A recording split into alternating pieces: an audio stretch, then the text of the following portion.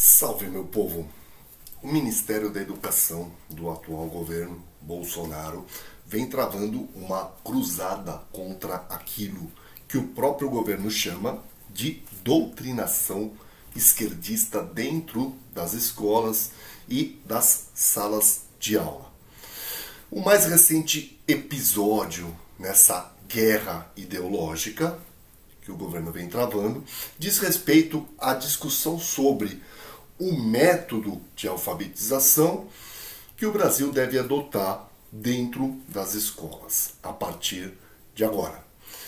Segundo o governo, é preciso universalizar o chamado método fônico em contraposição ao método global ou construtivista. O governo diz que é preciso fazer com que o método fônico predomine nas escolas de todo o país, acabando com a influência do método chamado global ou construtivista. Mas para que a gente possa entender essa disputa a respeito das estratégias de alfabetização, preciso, antes de mais nada, saber o que diz um método e o que diz o outro. Eu vou começar tentando explicar o que diz, o que prega o método fônico. Para explicar o método fônico é preciso primeiro entender que as palavras do nosso vocabulário são constituídas, são formadas por grafemas e fonemas. O grafema nada mais é do que a letra propriamente dita, o símbolo que a gente utiliza na nossa escrita. E o fonema nada mais é do que o som que a letra possui. Cada grafema possui o seu fonema, cada letra tem o seu próprio som. Então, segundo o método fônico, é preciso que o professor mostre para a criança que cada símbolo, grafema que existe, possui um som específico. Cabe ao professor mostrar para a criança essa relação que existe entre a letra e o som que ela possui. E num segundo passo, o professor tem que mostrar que é possível você combinar as letras formando sílabas. Ou seja, o método fônico nada mais é do que o chamado beabá. O método no qual o professor mostra para a criança, olha, existe a letra B, ela tem o seu som, e existe a letra A, que também possui o seu próprio som. Se você combina B com A, você tem a sílaba Bá. Se você combina C com A, você tem K. Se você combina S com A, você tem Zá. Combinando K com Zá, você forma a palavra casa, que possui o seu próprio significado. Tudo bem? Até aqui, algum problema? Então, os defensores do método fônico dizem que é preciso partir das partes para o todo. E para os defensores desse método, partir das partes para o todo significa você partir do simples para o complexo. Ou seja, a criança só vai entender um texto, que segundo os defensores do método fônico seria o complexo, se ela aprender primeiro como se formam as palavras, por meio da conjunção das letras, formando sílabas. E as sílabas conjugadas formam palavras. Só depois que a criança aprender como se formam as palavras por meio da conjunção de letras, ela vai entender um texto que, para os defensores do método fônico, seria o mais complexo. Tudo bem? Então, o cara do método fônico diz que das partes para o todo é você partir do simples para o complexo. Eu acho que existe um consenso entre os educadores no sentido de afirmar que o aprendizado se dá por meio desse movimento do simples para o complexo. Agora, será que todo mundo, no que diz respeito aos métodos de alfabetização, será que todo mundo está de acordo no que diz respeito ao que é o simples e o que é o complexo? Sabemos que não. Os defensores do método global ou construtivista inverterão a lógica utilizada por aqueles que defendem o método fônico. Os defensores do construtivismo dizem que o simples, na realidade, é o todo, é o texto, é o significado. E o complexo seriam os fragmentos de letras que conjugadas formam sílabas. Então, segundo os defensores do método global construtivista, a criança entende primeiro o significado, primeiro a ideia geral, e só depois de entender essa ideia ela será capaz de entender aquilo que os construtivistas consideram como mais complexo, que são os fonemas e os grafemas. Dá para perceber que o construtivista ele inverte a noção que o cara do método fônico prega e diz que é preciso partir do texto para as letras, para os fonemas, para os grafemas, para a composição de sílabas. Para o defensor do construtivismo, o mais complexo é entender o fonema e o grafema, como eles funcionam na hora que você vai compor uma palavra. Então, vejam, o defensor do método construtivista diz que o professor, no seu processo de ensino, deve assumir uma postura que não é tão central quanto no método fônico. O defensor do construtivismo vai dizer que o professor tem que ser um mediador nesse processo de alfabetização. Cabe ao professor, no método construtivista, colocar a criança em contato com experiências sobre as funções da linguagem.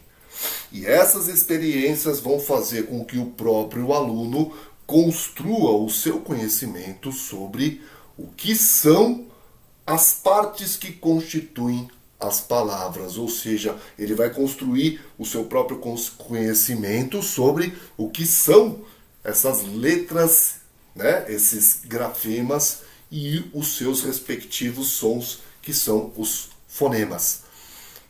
Ou seja, o método construtivista ele é mais ousado, ele é mais complexo, mais difícil de entender, e alguns dizem que inclusive mais arrojado.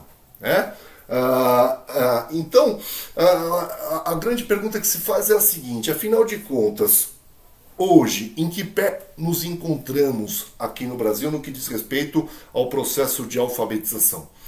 Até o ano passado, ou seja, os governos anteriores diziam que era preciso utilizar os métodos todos que a gente tem à disposição para adequá-los à realidade de cada escola, de cada sala de aula, de cada aluno especificamente. Os governos anteriores nunca fecharam essa discussão batendo o martelo dizendo que tem que ser assim ou que tem que ser assado. O Ministério da Educação até o ano passado deixava as escolas mais ou menos livres para adotarem os métodos que elas acham melhor. No entanto, o atual governo vem dizendo que a educação no Brasil redundou num enorme fracasso. E nós sabemos que, de fato, a educação no Brasil vem enfrentando dificuldades enormes e essas dificuldades se refletem nos exames, nas avaliações que os alunos fazem praticamente todos os anos. Avaliações nacionais e internacionais que mostram claramente que os nossos alunos possuem deficiências enormes. Não são capazes de ler textos simples, compreender esses textos, não são capazes de fazer operações matemáticas básicas, não são capazes de escrever um texto com coesão, com coerência. Então, de fato, os problemas na educação do Brasil são enormes e as avaliações vêm mostrando que esses problemas, de fato, existem. O governo afirma que tal fracasso da educação se deve à adoção do modelo construtivista. Os construtivistas, por sua vez, vão rebater o argumento do governo dizendo: opa, pera lá, esse tal desse construtivismo de fato ainda não foi universalizado no Brasil. Aliás, pouquíssimas escolas de fato seguem o modelo construtivista. Muitas dizem que são construtivistas, mas de fato não são. E o que é legal nesse debate também é que os construtivistas vão dizer: olha, o fracasso da educação no Brasil não tem a ver com o método adotado, tem a ver sim com a falta de infraestrutura. Os professores têm que dar 50, 60 aulas por semana, trabalham em 2, 3 escolas, são muito mal remunerados. As escolas, as salas de aula são super lotadas, 35, 40, 50 alunos numa sala de aula, o professor não dá conta de lidar com as dificuldades de todos os alunos que ele possui. Não existem recursos tecnológicos a contento, à disposição do professor para que ele possa trabalhar a sua aula de maneira mais eficiente. Então, existe uma estrutura precária e, para os construtivistas, é esta estrutura que está fazendo com que o Brasil continue derrapando no que diz respeito à educação aqui no Brasil. Mas uma coisa que os construtivistas estão dizendo, né, é que para poder se defender, inclusive, das acusações que vêm do governo. Estão dizendo que o Brasil apresenta resultados muito insuficientes na educação, mas nessa fase inicial da educação básica, na fase da alfabetização, estão ocorrendo avanços paulatinos, lentos, né? Todos os anos, novas provas são aplicadas e a cada ano que passa, essas fases iniciais estão conseguindo melhorar, né? Uma melhora bastante lenta, paulatina, mas essa melhora acontece. O grande problema se encontra na outra ponta da linha, que é o ensino médio. O ensino médio, amigo, não avança, não melhora e às vezes regride nas avaliações. Então, os construtivistas estão falando, olha, lá no início da educação básica, as coisas até que estão melhorando. Então, o problema não é o método de alfabetização que está sendo adotado, e sim a infraestrutura. Cara, eu não vou dizer aqui qual é a minha posição a respeito dessa discussão toda. Tá? Eu vou deixar para que você faça essa reflexão. Afinal de contas, o que seria melhor?